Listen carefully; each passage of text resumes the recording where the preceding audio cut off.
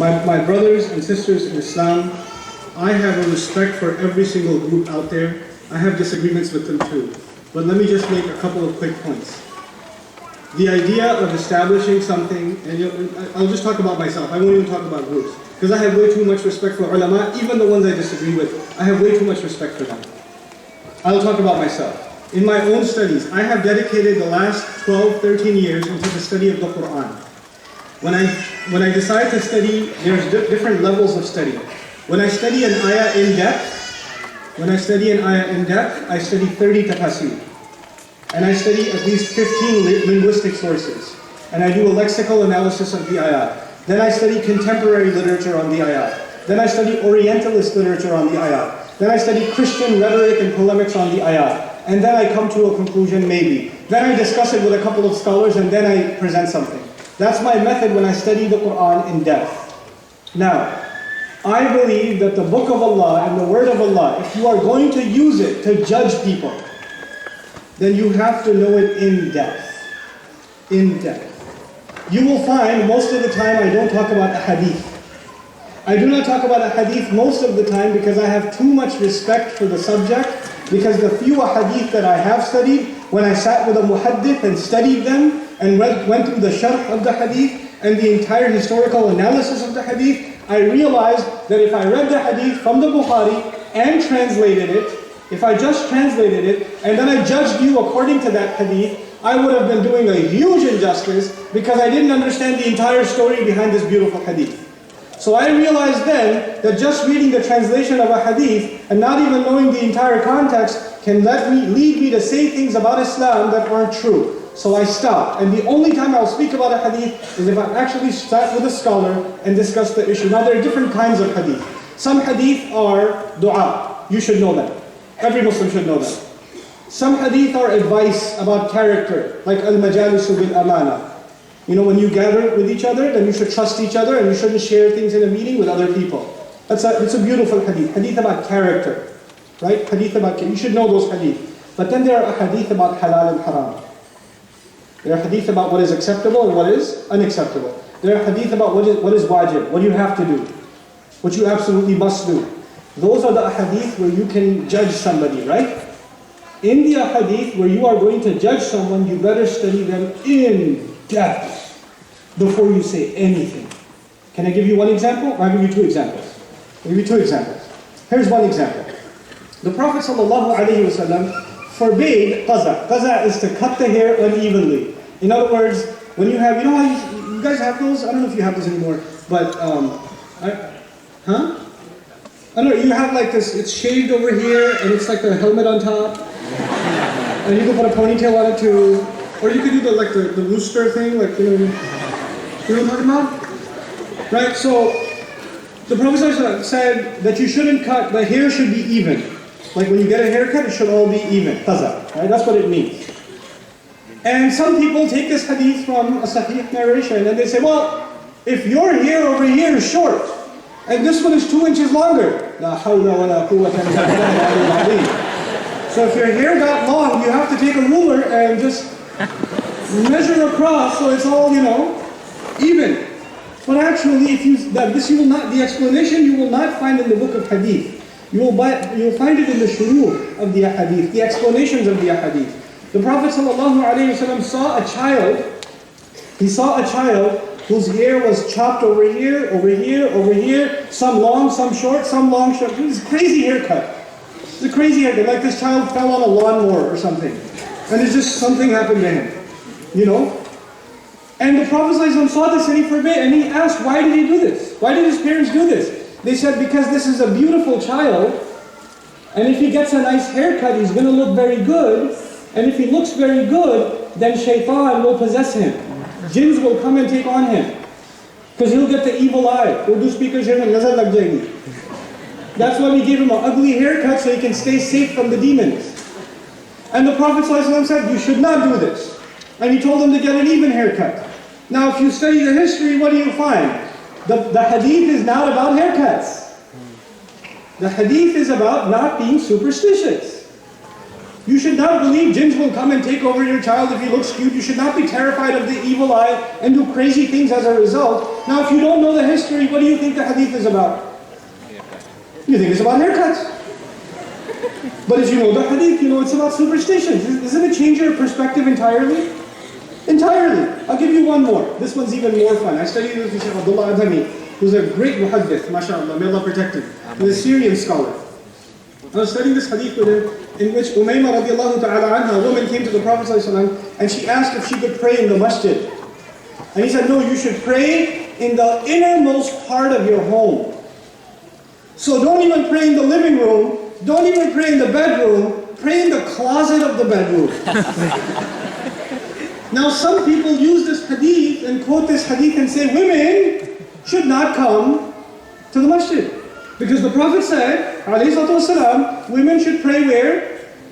In the innermost part of their home. Okay, let's take a step back a little bit. It's easy to quote the hadith. When a woman is about to go into, hey, don't you know the hadith? It's sahih. I got the daleel right here. If you want, I can slap you with it, so you can go back home. Now listen, here's some history. Umayma radiallahu ta'ala anha was married. And this woman was married to a husband, a sahabi, who was obsessed with her.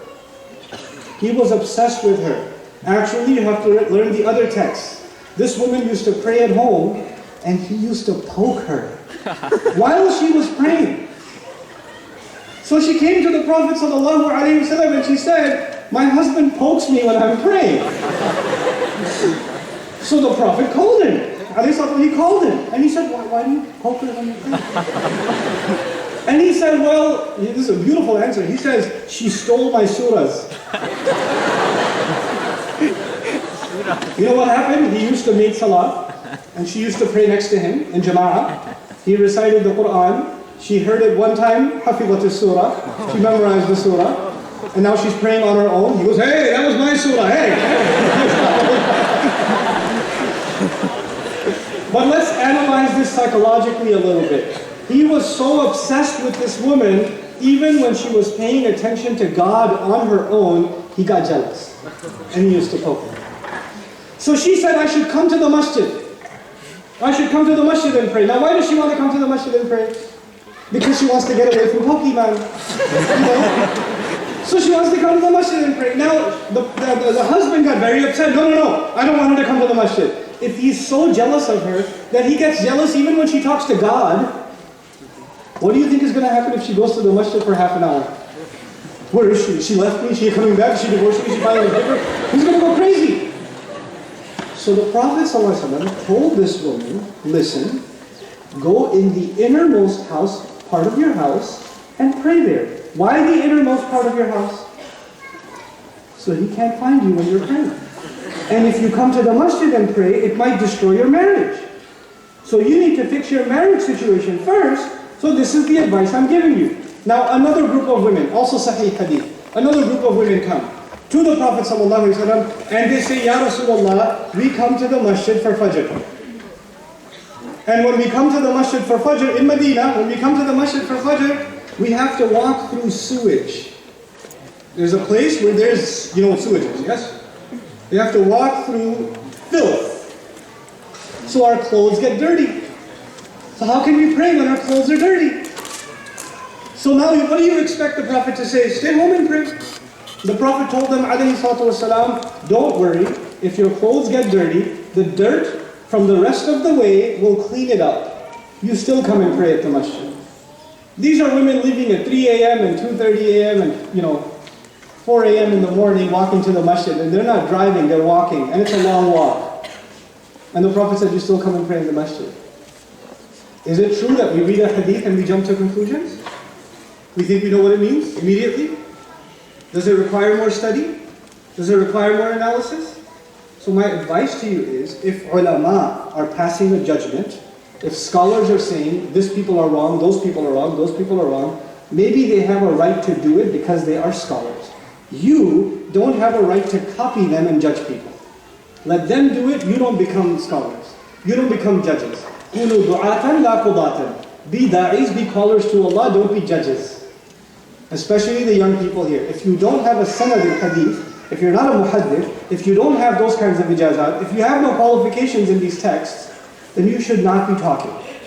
One time I was sitting in a restaurant, and there were two brothers together. One brother had a long beard, one brother didn't have a beard.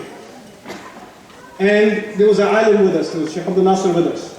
And the brother with the beard turned to the brother without a beard and said, your face is a bid'ah. In the restaurant, in front of everybody. Your face, you should really follow the sunnah, you should grow your beard. This is haram for you. Every day when you shave, you are actually disobeying the Rasul of Allah. Maybe your salat won't even be, and he's going. And Abdul Nasir, he's usually a nice guy. But he stopped. He said, hold on brother. Where is this hadith? Who narrated it? Who are the people who narrated it? Who did they teach it to? How was it implemented in Medina? How was it implemented among the first generation? What is the Arabic of this hadith? What does the word lihya mean? What does the word qussu mean? What do these words mean? What are their lexical analyses? What are the differences of the linguists about these words? What about the people of fiqh who have studied these ahadith and have discussed the evidences to be derived from them? What about the practice of different sahaba in regards to these ahadith? Do you know any of that? He goes, brother, you're embarrassing me. I said, yeah, but you're embarrassing him. If you don't know, be quiet. Just be quiet. These are words of Rasulullah sallallahu alaihi wasallam. We are not supposed to use them to insult people, to judge people. That is the realm of the people of ilm, the people of serious knowledge. And you don't become, and a lot of times, wallahi, when you go to the ulama that they quote, when you go to the ulama, they are very sad that people use them to spread this. They're very sad that people don't really know much and they're using it and judging people so easily. Our deen is not about judging people. That is not a sunnah that the Prophet left, alayhi salatu wasalam. That is not a practice we find among the Sahaba radiallahu ta'ala ajma'in. So if you really want genuine Islam, then let's start with the etiquette of Islam, the mannerisms of Islam. Before you're quick to judge people, start with the mannerisms. But again, I don't say this to insult one group or to legitimize another group. Wallahi al-azim, I have ulama that are mentors to me, that I respect deeply, that are from across different schools of thought. And I have equal respect for them. Even when I disagree with them, I have equal respect for them. And I make dua for them and their families. So I'm not here to tell you this group is bad and this group is good. That is not my job. Because I see good in all the groups. I see good in all the ulama. What I don't see good in is young people who are too emotional and not mature in their education becoming judges for the community. That isn't healthy.